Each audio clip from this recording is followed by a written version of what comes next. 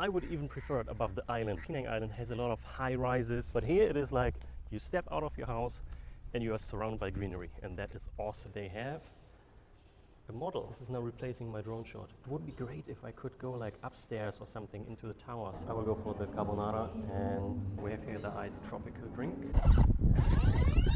I was on my way to the masjid, to a masjid that I have never been before, but I took a wrong turn. Just look at this place. Basically, when I was on the way to the masjid, I didn't know where I have to go exactly anymore. So I ended up in a very unnoticeable road, surrounded by palm oil plantations, and it was a very bad quality road.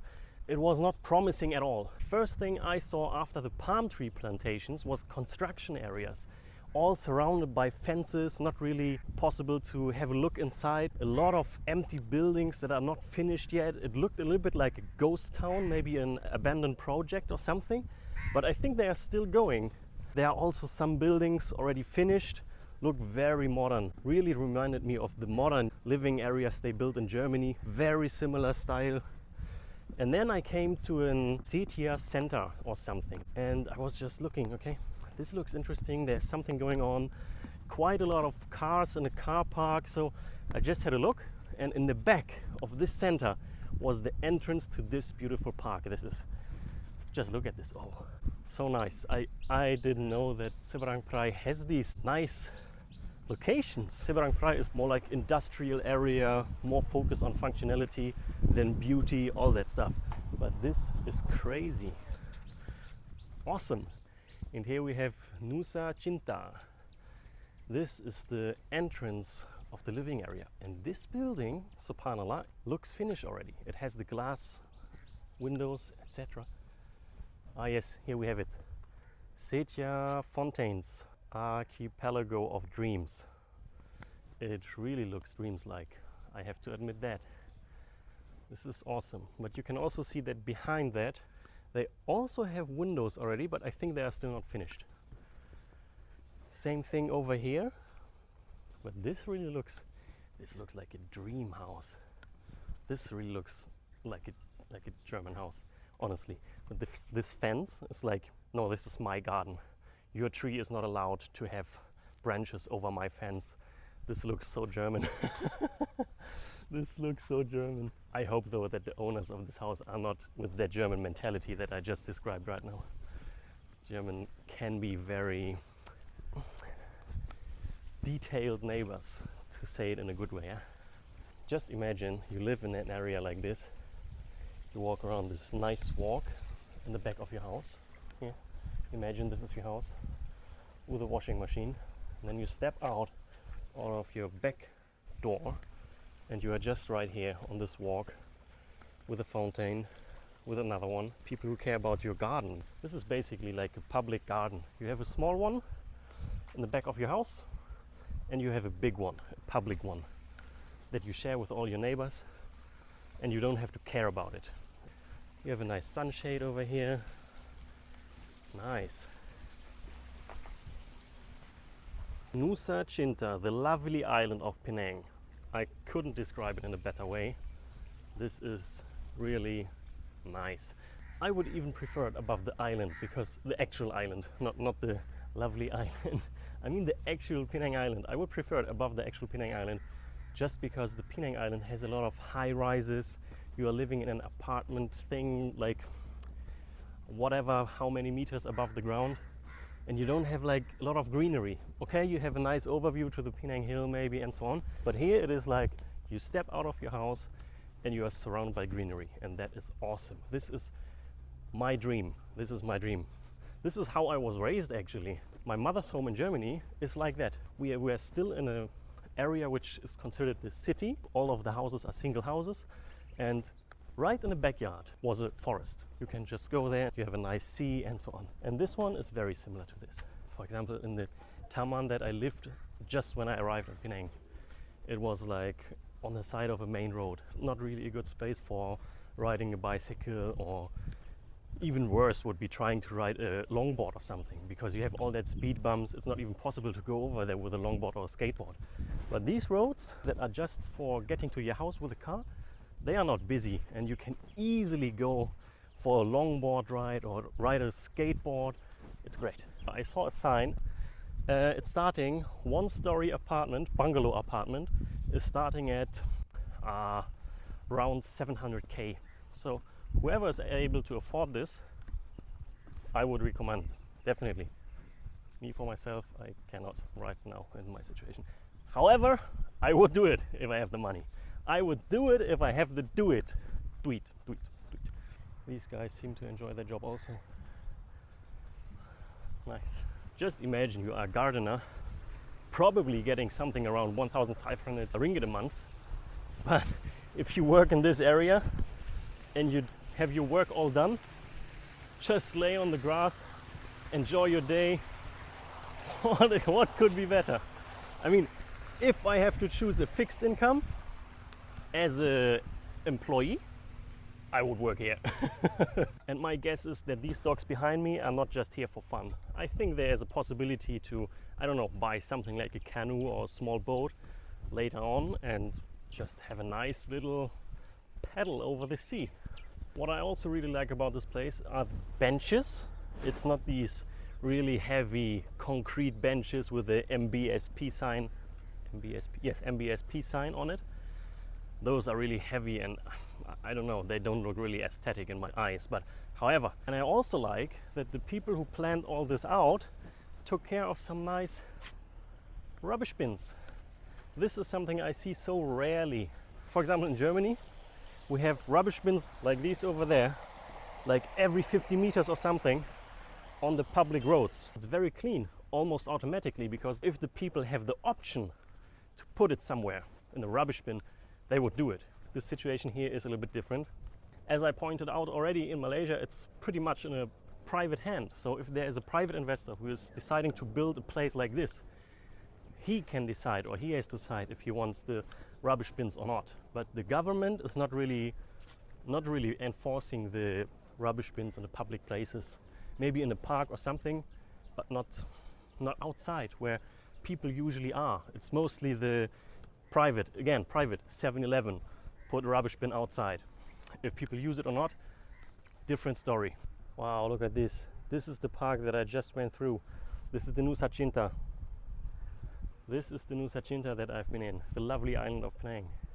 Oh, look at this. They even plan to have some shops somewhere. I wonder where these will be. Maybe behind this fence. I'm almost at the point where I started my whole journey. Over there, just in front of me, is the entrance where I came in. This is where I started the vlog. And there's even more to explore if you go right after this bridge over there, all the way to the palm tree plantations. But for now, I will proceed with my plan that I originally had for today, heading to the masjid.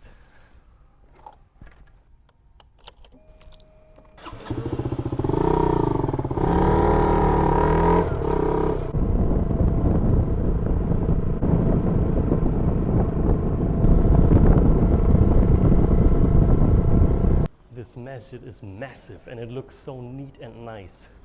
Just when I go up the stairs, look what we can see here. Like a bench, but really stylish. Like a designer bench. Like a Gucci bench. Not like these things. This is the style that I already mentioned. Concrete benches, those are really heavy and they don't look really aesthetic. But look inside of this, wow.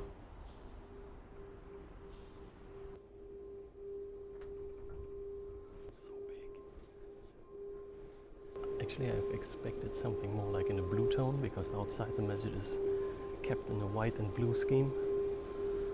But this, like cream color. Outside, they have some kind of resting area. Wow. These arcs, I like it. Looks so nice. And here we have that resting area and some plants. However, since I don't have a drone, it's quite difficult for me to film the masjid from above. But what I just saw from over there is that they have a model. This is now replacing my drone shot. Once around the masjid. Just ignore the mirror of the glass. Parked right over there. And enter the masjid over here. This roof is this one. It would be great if I could go like upstairs or something into the towers. Let's see if there's a way. What is this? Oh, a kitchen. They have a kitchen here. Tapok. Here's the kitchen. Probably mostly used in Ramadan. Well, this looks also very nice. This is really nice for meeting after the prayer or something. If you want to talk to someone, you can go outside so you don't disturb the others. You can just sit over here. Or maybe if you want to do dhikr, it is a very good thing to observe the creation of Allah Ta'ala. So here you can see all the plants, all the trees. Sit in a masjid and you do dhikr, and you have like difficulties of really dhikr. I mean, the dhikr, saying with the tongue, is one thing, but the effect on the mind is a different thing. And maybe you have difficulty with the effect on the mind and you don't know, what do you really think about? Maybe you think even about business or something and you just say astaghfirullah or something. But when you can look at the creation of Allah Ta'ala, then you can really remember. At least in my case, it's like this.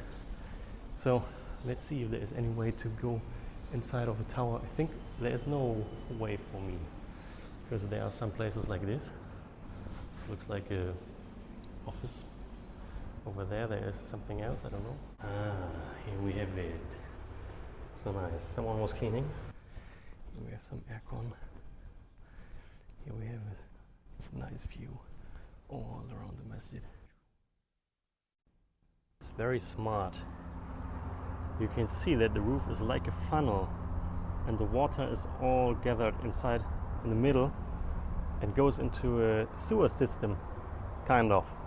You will not have a huge waterfall going off of the rim because everything is going to the middle of the roof. I like it, it's so smart. Actually, it can also be used as an aircon.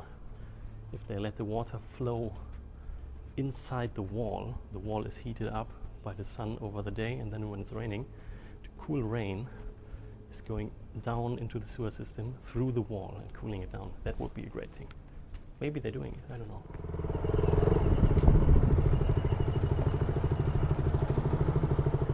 The time after Raya is very difficult for me because so many shops are just closed for such a long time. This is crazy. I just checked out, like, I don't know how many restaurants, but 90% are closed, and they will probably be closed for 1 month. Okay, maybe after half a month it's only 50% that are closed, but you get the point. I wanted to try out a Muslim Chinese restaurant, but now I have to go to Hot Mami. I mean, there's probably no Nakal stuff involved, lah. It's just a name. Let's check out what I have on the menu. Here we have the menu. Oh, this is Western food, quite Western. Spaghetti. We have some cheesy wedges. Carbonara chicken. Okay. I will go for the carbonara, and we have here the iced tropical drink. And we have the carbonara.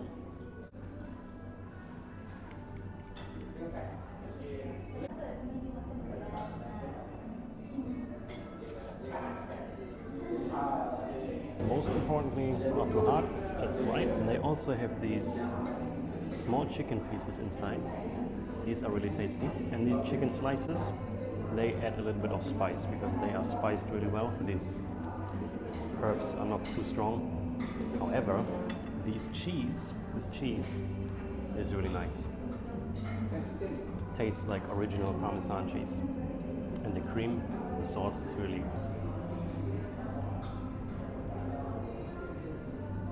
The mushrooms adding more flavor to this dish as I thought. I really regret that I haven't bought the mushroom soup. There was also mushroom soup with the garlic bread. I bet this tastes also very good.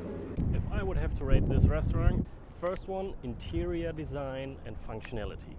The interior design was very cozy and comfortable, not too bright colors, dimmed light, very nice, easy to digest for the eyes, not for the stomach. They also had outside seating options, which I really like. They had some greeneries. Order by ticking the boxes, which is perfect for introverts or people who don't know how to spell the dish, like me. It's Italian, how do I know? Second rating is the staff. The staff was actually really friendly. The cashier was really friendly. The waiter actually did a mistake. He brought me the wrong dish before. However, for me, it's not bad if the waiter is making a mistake. For me, it is really bad if the mistake is handled in a wrong way. But this waiter did a really great job.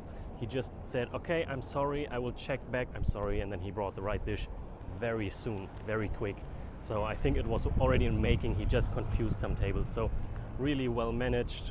4 out of 5, because it's not luxury, but he was, for a normal waiter, really, really great. The food itself, it was cooked very well. I purposely took the Western food, the spaghetti carbonara, and they really didn't disappoint. The spiciness was great for Western standards. The overall taste was very good. And original ingredients. Also 4 out of 5. This is where I end this vlog. I mean, we had a great park, we had a nice masjid, and we had a great food. 3 awesome things. Like and subscribe if you liked it. Why this guy has a shotgun? Scary.